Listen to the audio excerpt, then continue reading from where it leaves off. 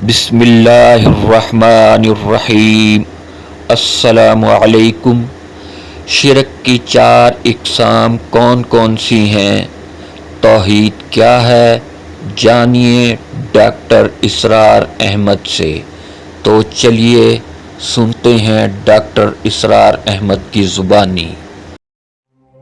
اب یہ نوٹ کر لیجئے، ہدایت و ضلالت اس دنیا میں جو مختلف حالتیں انسان پر طاری ہوتی ہیں، یا نعمتوں کی بارش ہو رہی ہے، یا تنگی ہے، فقر ہے، احتیاج ہے، دنیاوی حیثیت ہے، وجاہت ہے، یا دنیا میں گمنامی ہے، کسنوی فرصت کے بھیا کس تھی، کوئی آپ کا حال ہی نہیں پوچھ رہا کہ تم ہو کون، تمہارے منہ میں کتنے دانت ہیں، یا یہ کہ دنیا میں اقتدار کی کسی مسند پر انسان بیٹھا ہے، یا یہ کہ کوئی اس کے ہاتھ میں اختیار نہیں۔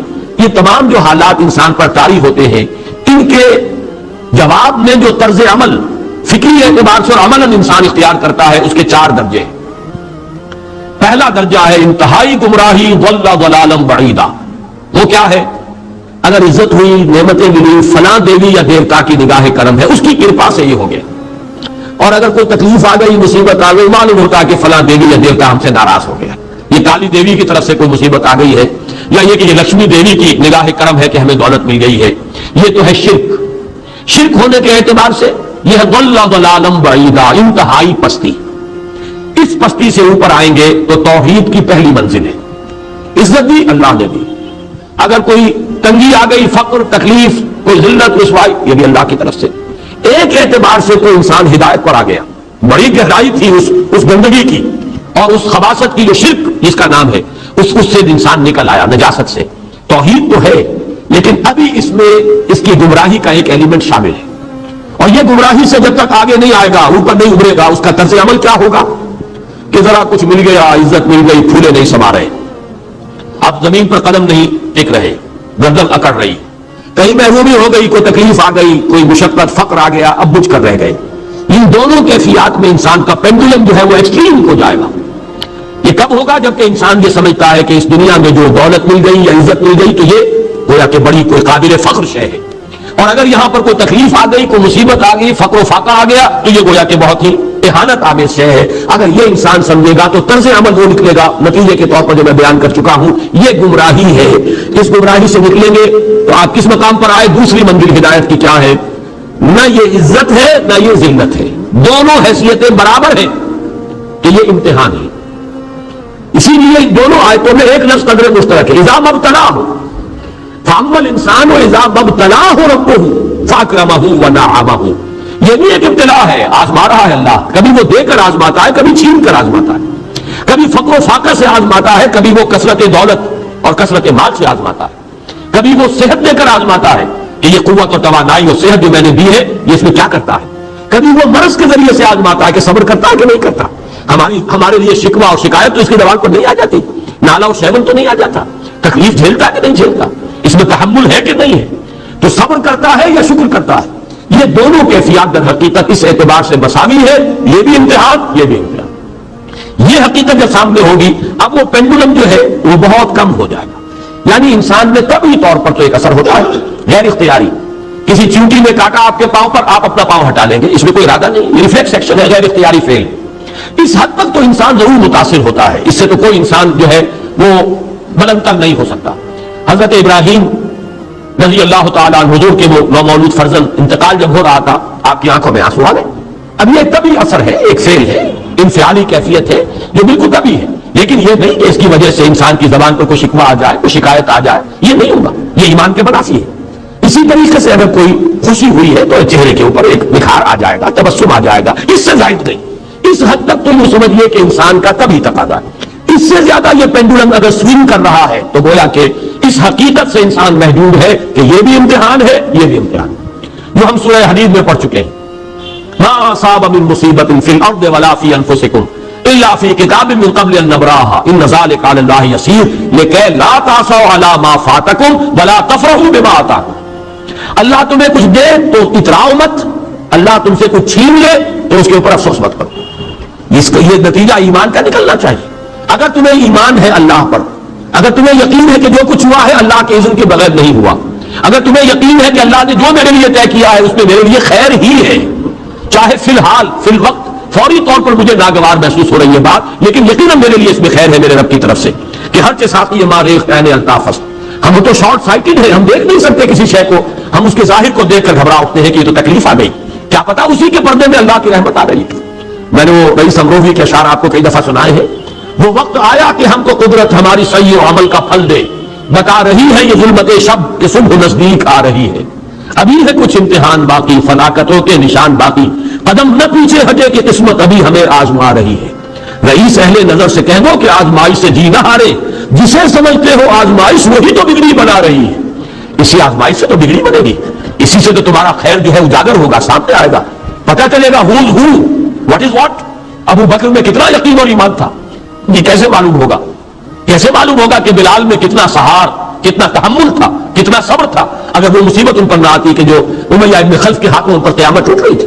تو یہ ساری چیزیں جو ہے ما اصاب من مصیبت فی الارض ولا فی انفسکم الا فی کتاب من قبل ان نبرأ ان ذلک علی اللہ یسیر لکی لا تأسوا علی ما فاتکم ولا تفرحوا بما آتاکم واللہ لا یحب کل مختال فخور۔ اگر اس حقیقت سے محجوب ہو جاؤ گے تو پھر اختیال اور فخر اور گھمنڈ پیدا ہو جائے گا تمہارے اندر، یا دوسری طرف مایوسی، تمہاری ہمت ٹوٹ کر رہ جائے گی، خودکشی کرنے کو انسان آمادہ ہو جاتا ہے ذرا کوئی ناکامی دنیا میں آ گئی، کوئی تکلیف آ گئی۔ یہ ہے در حقیقت تیسری منزل، ہدایت کی دوسری سیڑھی۔ پہلا کیا تھا؟ ضل ضلالا بعیدا، کوئی خیر مل گیا تو کسی دیوی کی نگاہ کرم، کوئی تکلیف آ گئی تو کسی دیوتا کی ناراضی، یہ تو ہے ضل ضلالا بعیدا۔ اس سے اوپر آئے، یہ پہلی سیڑھی ہدایت کی ہے، عزت ہے تو اللہ کی طرف سے، اور اگر کوئی ذلت ہے، تنگی ہے تو اللہ کی طرف سے، یہ ہدایت کا آغاز ہو گیا، یہ توحید کی بنیادی منزل ہے۔ اس سے اگلی منزل، یہاں کی ذلت ذلت نہیں، یہاں کی عزت عزت نہیں۔ ذالک یوم التغابن، ہار اور جیت کے فیصلے کا دن تو قیامت کا دن ہے، وہاں معلوم ہوگا جس کو اس وقت عزت ملی وہ عزت والا ہے، جو اس وقت ذلیل ہو گیا وہ ذلت والا ہے۔ یہ تو امتحان ہے، دار الامتحان ہے، خلق الموت والحیات لیبلوکم ایکم احسن عملا، یہ تو دار الامتحان ہے، امتحان ہونے کے ناطے دونوں برابر ہیں۔ اس سے اوپر ہے ایک چوتھی منزل، ہدایت کی تیسری منزل، وہ کیا ہے؟ عام طور پر انسان یہ سمجھتا ہے کہ یہ جو آزمائش ہے تنگی کی اور فقر و فاقہ کی، یہ سختر آزمائش ہے، اور نعمتوں کی بارش ہو تو یہ آسان آزمائش ہے۔ یہ بھی ابھی گمراہی کا ایک پرت جو ہے اس کی باقی ہے۔ ابھی ہدایت کا جو کامل جو ہوگا انکشاف وہ کب ہوگا؟ جب انسان اس حقیقت کو جان لے کہ جہاں وسعت ہو، جہاں کثرت ہو، وہ زیادہ بڑا امتحان ہے، سخت امتحان ہے، بجائے اس کے کہ اگر قلت ہے، کمی ہے، یہ کم تر امتحان ہے، یہ کم بھاری امتحان ہے۔ کیوں؟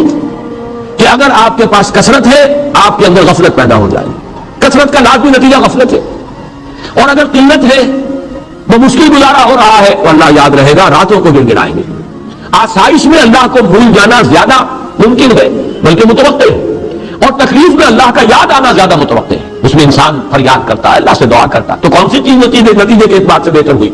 معلوم ہوا یہ امتحان جسے آپ ہلکا سمجھ رہے ہیں یہ سخت ہے، اگر اصل کامیابی قیامت کی اور آخرت کی ہے تو یہ امتحان زیادہ سخت ہے بنسبت اس امتحان کی، اگرچہ اس امتحان کی بھی ایک آخری شکل ہے جس کے بارے میں حضور نے فرمایا کاد الفقر و یکون کفرا، لیکن عام حالات میں یہ سمجھ لینا چاہیے کہ یہ بھی امتحان، یہ بھی امتحان۔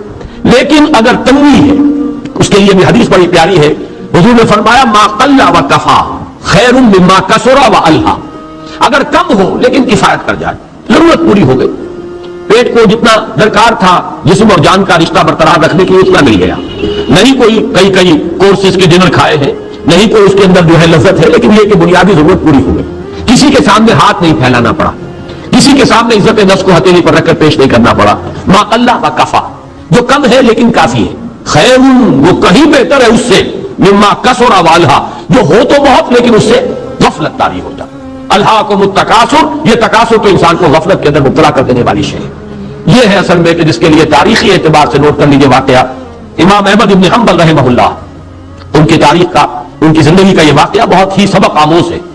خلق قرآن کے مسئلے پر جب خلافت بنی عباس کے دوران ان پر تشدد ہو رہا تھا، مارا جا رہا تھا، جیل میں تعذیب، پرسیکیوشن، وہ مار ماری جا رہی تھی جس کے بارے میں آتا ہے کہ اگر ہاتھی کو بھی وہ مار ماری جاتی تو وہ بھی بلبلا اٹھتا، اس وقت کبھی ان کی آنکھوں میں آنسو نہیں آئے، ایک صبر اور ثبات اور استقلال کا پہاڑ کھڑا جیتا۔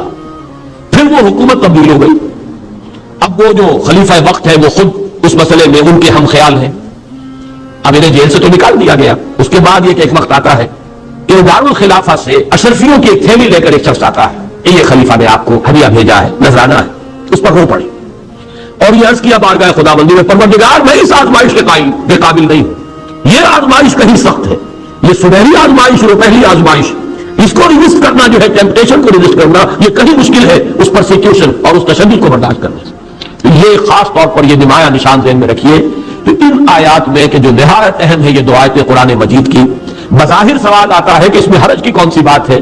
اللہ تعالیٰ معز ہے، اللہ تعالیٰ مذل ہے، تعز من تشاء وتذل من تشاء بیدک الخیر، یہ سورہ آل عمران میں آیت آئی کہ نہیں آئی؟ لیکن یہ کہ اصل میں یہ چار درجے ذہن میں رہنے چاہیے۔ اگر آسانی ہو، عزت ہو، دولت ہو، فراوانی ہو تو کسی دیوی کی نگاہ کرم یا دیوتا کا کرم، تکلیف ہو، مصیبت ہو تو کسی دیوی یا دیوتا کا اظہار غضب، ناراضگی کا مظہر۔ اس سے اوپر آئے جو عزت دی ہے اللہ نے دی ہے، مجھے اللہ نے باعزت کر دیا دنیا میں، اور یہ ذلت اللہ نے مجھے ذلیل کر دیا، اس کے اعتبار سے یہ ہدایت ہے، توحید تو آ گئی، لیکن ابھی گمراہی کا ایک ایلیمنٹ شامل ہے۔ وہ گمراہی کیا ہے کہ نہ یہاں کی عزت ہے، نہ یہاں کی ذلت ہے، وہ جو بھی سردی گرمی اور نرمی سختی، ان تمام کو جو ہے وہ برابر رکھو کہ دونوں جو ہے یہ آزمائش کی کیفیتیں برابر ہیں، یہ ہو گئی گویا کہ اس سے ایک درجہ بلند۔ ابھی اگر ذہن میں آپ کے یہ ہے کہ یہ فراوانی اور دنیا میں نعمتوں کی بارش اگر ہو رہی ہو تو اس کو سمجھنا کہ یہ ہلکی آزمائش ہے، اور اگر فقر و فاقہ ہو، تنگی ہو، گمنامی ہو اور دنیا کے اندر کوئی حیثیت اور اہمیت حاصل نہ ہو تو یہ گویا کہ